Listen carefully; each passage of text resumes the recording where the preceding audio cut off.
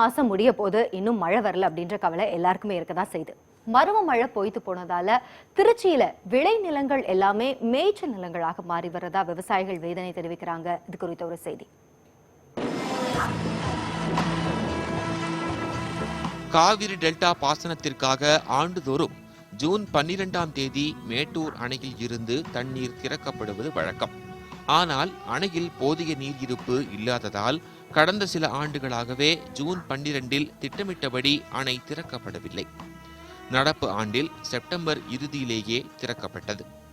June 12ஆம் தேதியை கணக்கிட்டே திருச்சி, தஞ்சை, திருவாரூர், நாகை உள்ளிட்ட மாவட்டங்களில் சம்பா சாகுபடி பணிகள் தொடங்கும். காலம் தவறி குறைவான அளவில் காவிரியில் தண்ணீர் திறந்துவிடப்பட்டதால் ஒட்டுமொத்தமாக டெல்டா மாவட்டங்கள் பாதிப்புக்குள்ளாகின. தண்ணீர் பற்றாக்குறையின் காரணமாக திருச்சி டெல்டா பாசன பகுதிகளான சர்க்கார் பாளையம், ஒட்டக்குடி, பாப்பாக்குறிச்சி, புத்தாபுரம், வேங்கூர் உள்ளிட்ட 10க்கும் மேற்பட்ட கிராமங்களில் சம்பா சாகுபடிக்காக காத்திருந்த விவசாயிகள் கடுமையான பாதிப்பை சந்தித்துள்ளனர். உயர்கொண்டான் பாசனம் நம்பி நாங்கள் வயலிட்டோம். இப்போ உயர்கொண்டான தண்ணி இல்லை, வயலுக்கு நட்டு எல்லாம் காஞ்சி போயிடுச்சு. அதனால் இப்போ எங்களுக்கு எந்தமான ஒரு வழியும் கிடையாது. நீங்கள் கவர்மெண்ட்டாக பார்த்து எங்களுக்கு ஏதாவது ஒரு வழிதர பண்ணணும். அதுக்கு ஏதோ கரண்ட்டும் போட்டிருக்கு, ஏதாவது ஒரு பண்ணி கொடுக்குற மாதிரி வழி நாங்கள் கவர்மெண்ட்டை ரொம்ப கையேந்தி நாங்கள் கேட்டுக்கொள்கிறோம். எங்களுக்கு விவசாயத்தை தான் நம்பி நாங்கள் இருக்கோம். எங்களுக்கு விவசாயத்துக்கு நீங்கள் இது பண்ணி கொடுக்கலாம், நாங்கள் தூக்கு போட்டு செங்குறதவ எங்களுக்கு வேறு வழியே இல்லை. எங்கள் பயிரெலாம் காஞ்சி போச்சு.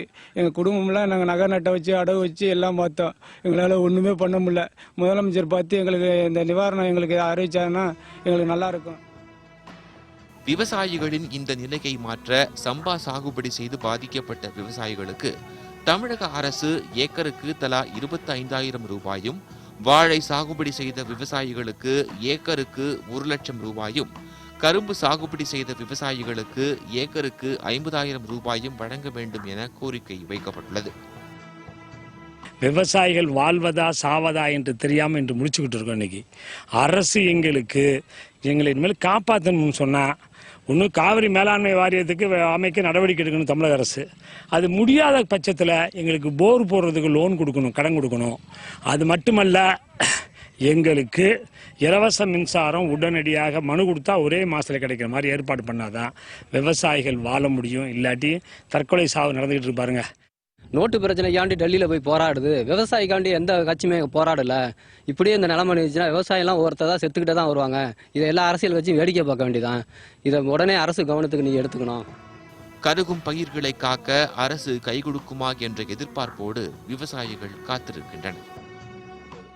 பாதிக்கப்பட்ட விவசாயிகளுக்கு தமிழக அரசு உடனடியாக உரிய இழப்பீடு வழங்க வேண்டும் என்பதே விவசாயிகளின் கோரிக்கையாகும். காய்ந்த பயிர்களோடு கண்ணீருடன் காத்திருக்கும் விவசாயிகளுடன் திருச்சியிலிருந்து ஈ. கைரவன், நியூஸ் 18.